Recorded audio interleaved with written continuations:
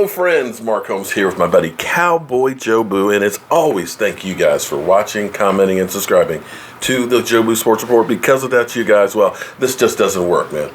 Well, let it snow, let it snow, let it snow. Springtime be damned, because the snow has actually gotten Alan Hurns actually in Dallas. He's supposed to be this morning for doing a meeting. Hopefully he's there right now. Hopefully they don't let him get out of the building, because we definitely have holes and needs for wide receivers, and price-wise and fit for the system, I think he's going to be better than Sammy Watkins. I talked about that earlier in the Don't Sleep on the Dallas Cowboy report. If you haven't checked that out, definitely check it out, because every single morning we do a report right here from the sports desk, bringing you up to speed for what happened the night before as well as what's going on today.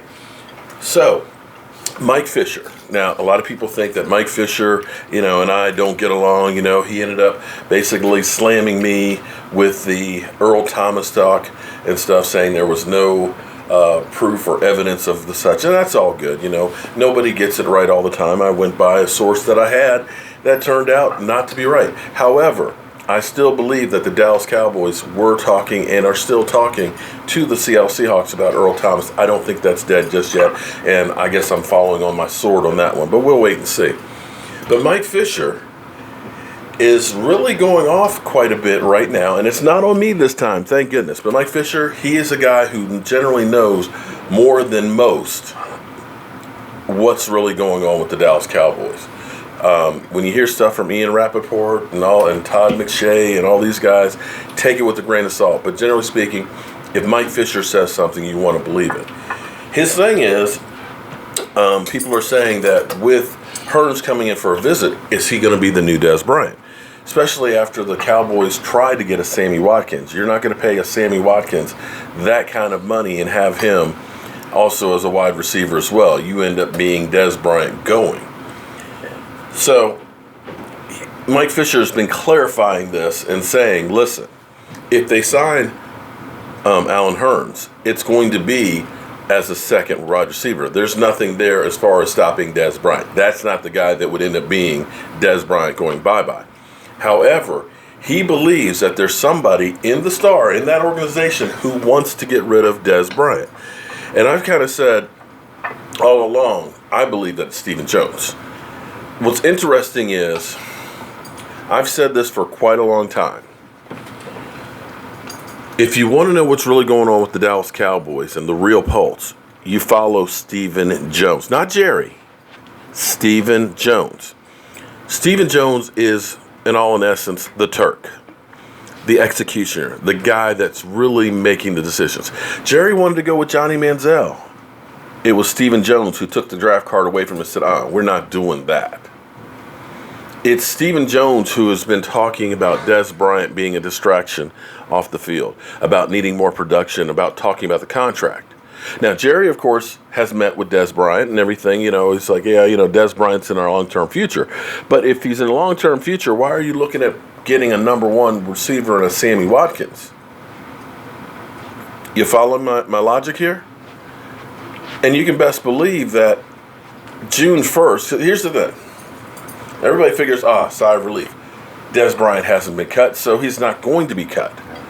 Well, there is nothing in his contract, like most contracts, which make you have to cut him now to get rid of him.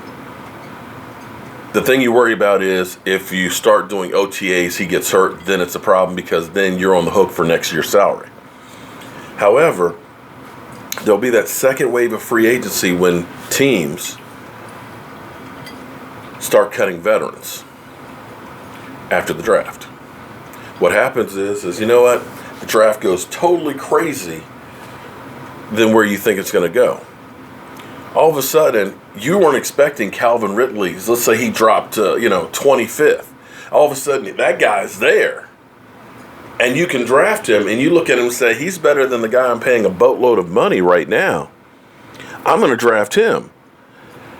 He's younger, doesn't have the experience, but he's a hell of a lot cheaper than the veteran I have. So you're going to start all of a sudden having guys that are cut and on the street that are good wide receivers that now have lost their job and are looking for a team to go to. And because of when they're cut, they're even cheaper. So it behooves you to have cash after the draft. Orlando Scandrick, there was no hurry to hurry up and cut him for cap relief at this moment. The Cowboys knew all along they were going to make him a June 1st designated cut. And the difference is, we could have had $1.4 million right now, or we could have kept that money basically in the bank and let it grow to $3 million. It's a hell of a return on investment. Take your money now at 1.4, or you wait till June 1st, you got 3. That's the kind of investment that you do. Dez Bryant. You cut Dez Bryant today, you get $8.5 million. If you wait till June 1st, your investment grows to 12.5. If you get that kind of returns on the stock market, man, we'd all be retired early. So, with that being said, somebody in the organization wants to get rid of Dez Bryant. Well, let's look at who has enough power and say, do you think that's Jason Garrett? Jason Garrett didn't want to have Greg Hardy, but we had him, though, didn't we? So it's not Jason Garrett. Will McClay, that could be a possibility because I believe he's the de facto GM. The reason that he didn't take the job in the Texans is basically he's got a wink, wink, nod, nod, and a big-ass salary to stay there and be there. The only thing is look, you're the GM. We're just not calling you the GM. Let Jerry have that title, but you got the power. The fact that they're on vacation right now and we've got Hurns coming in for a visit, the fact that we've had 2 offensive linemen, 2 other wide receivers, they're doing business, and Jerry's on vacation. So it could be Will McClay. Who else would have enough power and authority to change the Dez Bryant narrative? The only other person is Stephen Jones. We know Jerry, of course, has already talked to him and everything's good. And the reason you actually have to believe that is, if the Cowboys were trying to get cap relief to make a move now, they would have said, Dez, we want you to take this pay cut. But if you still have thoughts in the back of your mind of cutting Dez Bryant, you're not offering a pay cut. You're leaving things just as they are. Leave that contract so we make you a June 1st cut. And you get $12.5 million. And believe me, $12.5 million right now is looking pretty good. Now, I'm going to have a debate later on. I'm trying to figure out when.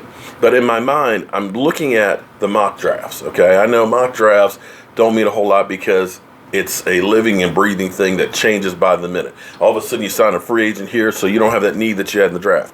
But we do know that this is going to be a quarterback-heavy draft. So we know that at least 4, if not 5 quarterbacks are going to be off the board before we get to our pick.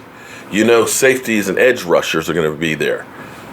So more than likely, now Vita Vea is my dream guy, and I know Stephen Jones doesn't believe in getting that kind of a guy in the draft. More than likely, if he's still there when the Redskins go, the Redskins will definitely grab that guy. So I don't believe Vita Vea will be here.